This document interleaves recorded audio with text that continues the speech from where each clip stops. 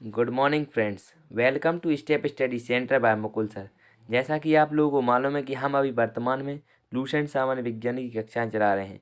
अभी हम वर्तमान में आप लोगों को एनसीईआरटी की साइंस की कक्षाएं नहीं ला पा रहे हैं।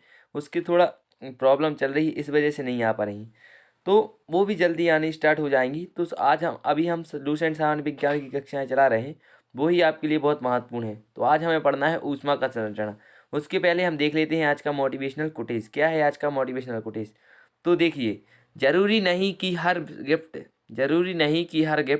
कोई चीज़ ही हो। क्या लिखा है? जरूरी नहीं हर गिफ्ट कोई चीज़ ही हो, प्यार, परवाह, इज्जत भी बहुत अच्छे गिफ्ट है।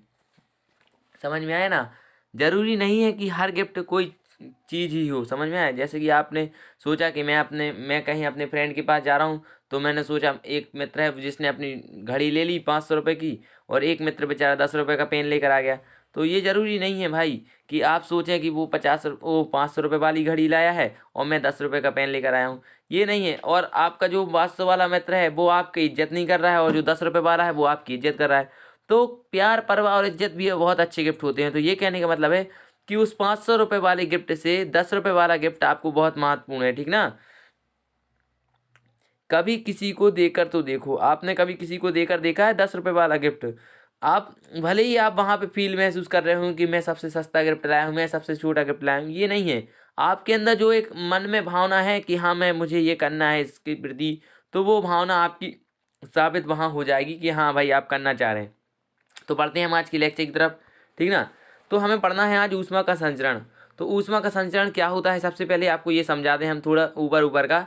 ऊष्मा का संचरण होता है कि जैसे कि अपन, मालूम है आपको कि आप कभी भी आपने गैस वगैरह पे खाना बनाया होगा। जो बच्चे रह रहे होंगे, खाना बनाते होंगे, उन्होंने देखा होगा कि जब कभी भी आप खाना बनाते हैं तो चूल्हे पर या फिर गैस पर जब आप बर्तन चढ़ाते हैं तो सबसे नीचे ज़्यादा बर्तन गर्म होता है और सबसे ऊपर कम बर्तन गर्म होता है। तो जहाँ पर सबसे कम बर्तन गर्म होता है वहाँ पर आप पकड़ते हैं, ना कि नीचे, क्योंकि वहाँ तो ज़्यादा गर्म होता है। तो वही ऊष्मा का संचरण होता है। एक प्रकार से एक स्थान से दूसरे स्थान तक ऊष्मा का आना या जाना ऊष्मा का संचरण कहलाता है। तो अब देख लेते हैं हम परिभाषा क्या बोलती है। तो ऊष्मा का संचरण, ऊष्मा का एक स्थान से दूसरे स्थान तक जाने को ऊष्मा का संचरण कहते हैं। सबसे पहली बात तो ये दिख रही होगी, क्या? ऊष्मा का एक स्थान से दूसरे स्थान तक जाने को ऊष्मा का संचरण कहते हैं। इसकी 3 विधियां हैं। चालन, जब बिना स्थान परिवर्तन किए ही पदार्थ के तत्काल अपनी ऊष्मा बगल वाले कणों को दे दे। क्या? अपनी ऊष्मा बगल वाले कणों को दे दे और पूरी वस्तु गर्म हो जाती है। क्या? पूरी वस्तु गर्म हो जाती है। तो ऊष्मा के संचरण की इस विधि को ऊष्मा का चालन कहते हैं। क्या कहते हैं? इसे ऊष्मा का चालन कहते हैं। और पदार्थ में चालन द्वारा ऊष्मा का संचरण ऊष्मा चालकता कहलाती है। क्या कहलाती है? पदार्थ में ऊष्मा का संचरण ऊष्मा चालकता कहलाती है। ऊष्मा चालकता पदार्थ की प्रकृति पर निर्भर करती है। सबसे बड़ी बात तो ये ध्यान रखना है। क्वेश्चन आ सकता है आपको, ऊष्मा का जो चालकता है वो पदार्थ की प्रकृति पर निर्भर करती है कि नहीं? तो हाँ, निर्भर करती है। तथा जिन पदार्थों में ऊष्मा का चालन जितना अधिक होता है उनकी ऊष्मा चालकता भी उतनी ही अधिक आपको देखने को मिल जाएगी। क्या? जिन पदार्थों में ऊष्मा का चालन जितना अधिक होता है उनकी ऊष्मा चालकता उतनी अधिक देखी जाएगी। ठीक ना? अब इसके बाद आपको देखना है, ऊष्मा की चालकता के आधार पर हम पदार्थों का वर्गीकरण कर सकते हैं। क्या कर सकते हैं? ऊष्मा के चालन के आधार पर पदार्थों का वर्गीकरण कर सकते हैं। आपको मालूम है, पेन ले लेते हैं थोड़ा, कि ऊष्मा का सबसे पहले एक चालक होते हैं, दूसरे होते हैं कुचालक, और तीसरे होते हैं ऊष्मारोधी। तो अब सबसे पहले आपको ये मालूम हो चाहिए कुचालक क्या होते हैं। कुचालक वे पदार्थ होते हैं जिनमें से ऊष्मा का संचरण एक स्थान से दूसरे स्थान तक हो जाता है, अर्थात जो गर्म होते हैं। ठीक ना? वो क्या कहलाते हैं? ऊष्मा के चालक कहलाते हैं। और कुचालक, जैसे इसके, चलिए एक उदाहरण देख लीजिए। ऊष्मा के चालक कौन है? सभी धातुएं आपने देखी होंगी। लोहा गर्म होता है, एल्यूमिनियम गर्म होता है, तांबा गर्म होता है,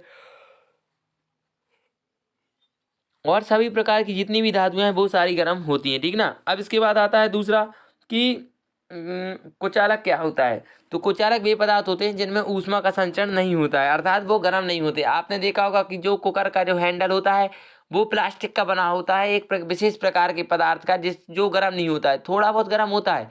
आपने लकड़ी के लिए भी देखा होगा, लकड़ी भी गर्म नहीं होती हैगी। और बहुत सी चीज़ें आपने अपने जीवन में देखी होंगी जो गर्म नहीं होती हैं, गर्म करने के बावजूद भी। ठीक ना? तो इसमें क्या होता है? कुचालक का गुण पाया जाता है। अब आता है ऊष्मारोधी। जिन पदार्थों से ऊष्मा का चालन बिल्कुल नहीं होता है। बिल्कुल समझते हो, आपने लकड़ी देखी होगी, वो तो थोड़ी बहुत गर्म हो ही जाती है। लेकिन जो और अन्य पदार्थ हैं जिनसे बिल्कुल नहीं होता है, उनको क्या कहते हैं? ऊष्मारोधी कहते हैं। इसके उदाहरण क्या है? आपको देखो, जो एबोनाइट और एस्बेस्टस, इसके उदाहरण आपको देखने को मिल जाएंगे, ठीक ना। तो दूसरी तरफ चलते हैं। अब होता है संवहन। क्या होता है? तो यदि बाद्रगों, क्या लिखा है?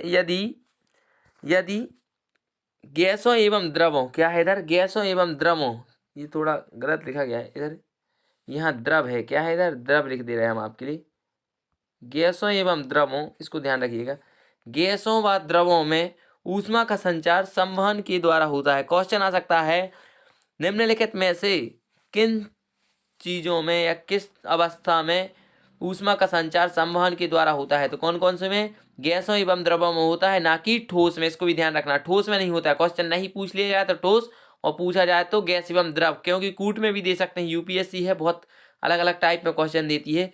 इसमें संवहन विधि द्वारा ऊष्मा का संचरण संभव नहीं है। कैसी? संवहन विधि द्वारा ऊष्मा का संचरण संभव नहीं है। इस विधि में द्रव्य गैस के भाग की ओर जाते हैं। क्या होता है? इस विधि में द्रव्य गैस के भाग की ओर जाते हैं। इनका स्थान लेने के लिए पुनः ठंडे भाग से काम जी का कान नहीं लिखा था, क्या हो गया है? ठंडे भाग से, जो ठंडे भाग की ओर जाते हैं। क्या होता है? ठंडे भाग की ओर। यहाँ देख रहे, मिटा दे रहे, लीजिए, ठीक, खुश। ठंडे भाग की ओर, नीचे की ओर प्रवाह, कहाँ गए? हाँ, यहाँ आते, नीचे की ओर। इस प्रकार संवहन विधि में ऊर्ध्वाधरता तापांतर होने पर ऊष्मा का प्रवाह नीचे की ओर माध्यम के घनत्व में परिवर्तन होने के कारण संवहन धाराओं द्वारा होता है। कैसा होता है? संवहन धाराओं द्वारा आपको देखने को मिल जाएगा, ठीक ना। इसका 2 मिनट, हाँ, संवहन धाराओं में आपको देखने को मिल जाएगा। इसका सीधा मतलब है, संवहन क्या है? गैसों एवं द्रवों में ऊष्मा का संचरण संवहन के द्वारा ही होता है। ठोसों में संवहन विधि द्वारा ऊष्मा का संचरण संभव नहीं है। इस विधि में द्रव एवं गैसों का कारण गर्म भाप से ऊष्मा लेकर स्वयं हल्के होकर ऊपर उठते हैं तथा ठंडे भाग नीचे की ओर जाते हैं। इनका स्थान लेने के लिए पुनः ठंडे भाग से कण नीचे की ओर जाते हैं। इस प्रकार संवहन विधि से ऊर्ध्वाधरता तापांतर होने पर ऊष्मा का प्रवाह नीचे की ऊपर की ओर माध्यम के घनत्व के परिवर्तन होने के कारण संवहन धाराओं द्वारा होता है। पृथ्वी का वायुमंडल संवहन विधि से प्रारंभ होता है। क्वेश्चन आ सकता है आपको, पृथ्वी का वायुमंडल कौन सी विधि से गर्म होता है? तो कौन सी विधि है ये? देख लीजिए, संवहन विधि से गर्म होता है। इसको ध्यान रख सकते हैं आप। पृथ्वी के वायुमंडल कौन सी विधि से गर्म होता है? तो पृथ्वी का वायुमंडल संवहन विधि से गर्म होता है। इसको ध्यान में रखना है आपको, इसलिए मैंने हाईलाइट भी कर दिया, ठीक ना, याद रहे इसलिए। कौन सी विधि से गर्म होता है? संवहन विधि से गर्म होता है। अब आते हैं विकिरण पे। तो विकिरण में ऊष्मा के संचरण के लिए किसी माध्यम की आवश्यकता नहीं होती। सबसे बड़ी बात तो यही है। क्वेश्चन आ सकता है, विकिरण में किसी माध्यम की आवश्यकता होती है? तो नहीं होती है, ठीक ना, ध्यान रखिए। इसके द्वारा ऊष्मा का संचरण निर्वात में भी होता है। ठीक ना, ध्यान में रख सकते हैं आप। इस विधि में ऊष्मा गर्म वस्तु से ठंडी वस्तु की ओर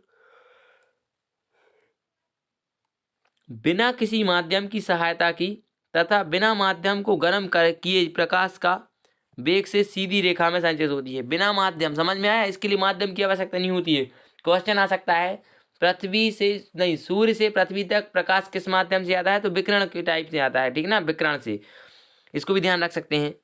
विकिरण ऊष्मा तरंगों के रूप में चलती है। कैसे चलती है? ऊष्मा तरंगों के रूप में चलती है। क्या है इधर? चलती है। कौन सी माध्यम से चलती है? ऊष्मा तरंगों के रूप में चलती है, जिन्हें विद्युत चुम्बकीय तरंग कहते हैं।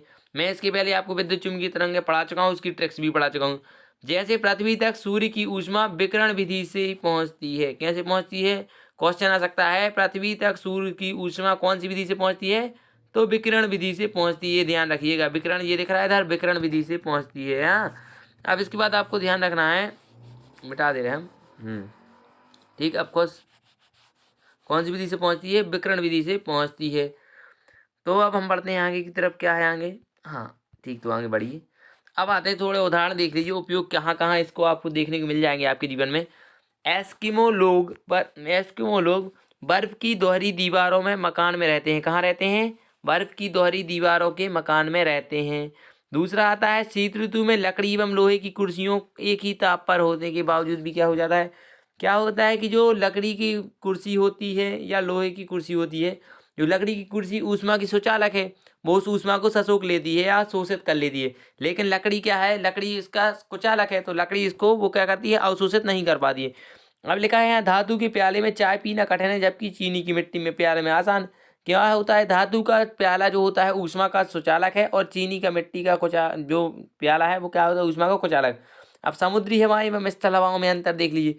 दिन के समय सूर्य की गर्मी से जल की अपेक्षा स्थल, क्या लिखा है, स्थल जल की जल्दी गर्म हो जाता है। क्या हो जाता है, स्थल जो है जल्दी गर्म हो जाता है, क्योंकि समुद्र है उतना बड़ा गर्म तो हो नहीं जाएगा, जिससे स्थल की हवाएं ऊपर उठती हैं और उनकी स्थान लेने के लिए समुद्र की ओर से ठंडी हवाएं स्थल की ओर बहने लगती हैं। उन्हें क्या कहते हैं, समुद्री हवाएं कहते हैं। और रात में स्थल जल की अपेक्षा जल्दी ठंडा हो जाता है, इसलिए समुद्र के जल के संपर्क से गर्म हवाएं ऊपर उठती हैं और इनका स्थान लेने के लिए स्थल से समुद्र की ओर हवाएं चलने लगती हैं, इन्हें स्थलीय हवाएं कहते हैं। अब आ जाता है रेफ्रिजरेटर में फ्रीजर के ऊपर रखा जाता है, क्योंकि जो गर्म हवा होती है वो ऊपर जाकर ठंडी हो जाए और ठंडी नीचे हवा आ जाए, ठीक ना, ध्यान रखिए। अब आता है बिजली के बल्बों में कौन सी गैस भरी जाती है, तो इसको ध्यान रखिएगा आप। बिजली के बल्बों में कौन सी गैस भरी जाती है, ऑर्गन। कौन सी गैस भरी जाती है, ऑर्गन। अब चलिए आप ये क्वेश्चन बताइए कि जो बिजली के बल्ब का जो फिलामेंट होता है वो कौन सी वस्तु का बना होता है या कौन सी तत्व का बना होता है, उसको बताना है आपको, ठीक है ना, ध्यान रखिए, फिर आगे बता देंगे हम आपको। अब लिखा है बादलों वाली रात स्वच्छ आकाश वाली रात की अपेक्षा अधिक गर्म होती है, क्योंकि जो बादल होते हैं वो उसको गर्मी को वापस पृथ्वी पर भेज देते हैं, इसलिए बादलों वाली रात अधिक गर्म होती है। रेगिस्तान दिन में बहुत अधिक ठंडे और रात में बहुत अधिक नहीं, दिन में बहुत अधिक गर्म और रात में बहुत अधिक ठंडे होते हैं। तो क्यों होते हैं, क्योंकि ये रेता जो होती है, रेत वो ऊष्मा की सुचालक होती है, जो दिन में ऊष्मा को शोषित कर लेती है और रात में उसको भी शोषित कर लेती है, दिन में गर्मी को, रात में ठंड को। चाय की केतली की बाहरी सतह चमकदार बनाई जाती है, क्यों, क्योंकि ऊष्मा का नुकसान ना हो, ठीक ना, ऊष्मा का नुकसान ना हो इसलिए। अब आता है पॉलिश किए हुए जूते शीघ्र नहीं गर्म होते, क्यों नहीं होते हैं, क्योंकि जो ऊष्मा का प्रकाश नहीं, सूर्य का जो प्रकाश होता है वो जूतों पर सीधा पड़ता है और जो जूते होते हैं पॉलिश होने के कारण उनका प्रकाश परावर्तक हो जाता है, ठीक ना। तो बस आपको हमारा आज का लेक्चर कैसा लगा आप हमें कमेंट बॉक्स में बता सकते हैं कि सर हमें आज का लेक्चर ऐसा लगा है। और जो भी आपको डाउट है आप हमारे व्हाट्सएप ग्रुप, फेसबुक, इंस्टाग्राम और अन्य सभी जगह जहाँ जहाँ आपको हमारा आपको हमसे संपर्क हो सकता है, वहाँ वहाँ आप हमसे क्वेश्चन पूछ सकते हैं। तो फिर मिलते हैं कल लेक्चर में। Thanks for watching my YouTube channel step study centre by Mukul sir. अगर आपको हमारा लेक्चर अच्छा लगा हो तो एक बार इसको लाइक कर दीजिए, शेयर कर दीजिए, सब्सक्राइब कर दीजिए। मिलते हैं तो फिर नेक्स्ट लेक्चर में। जय हिंद।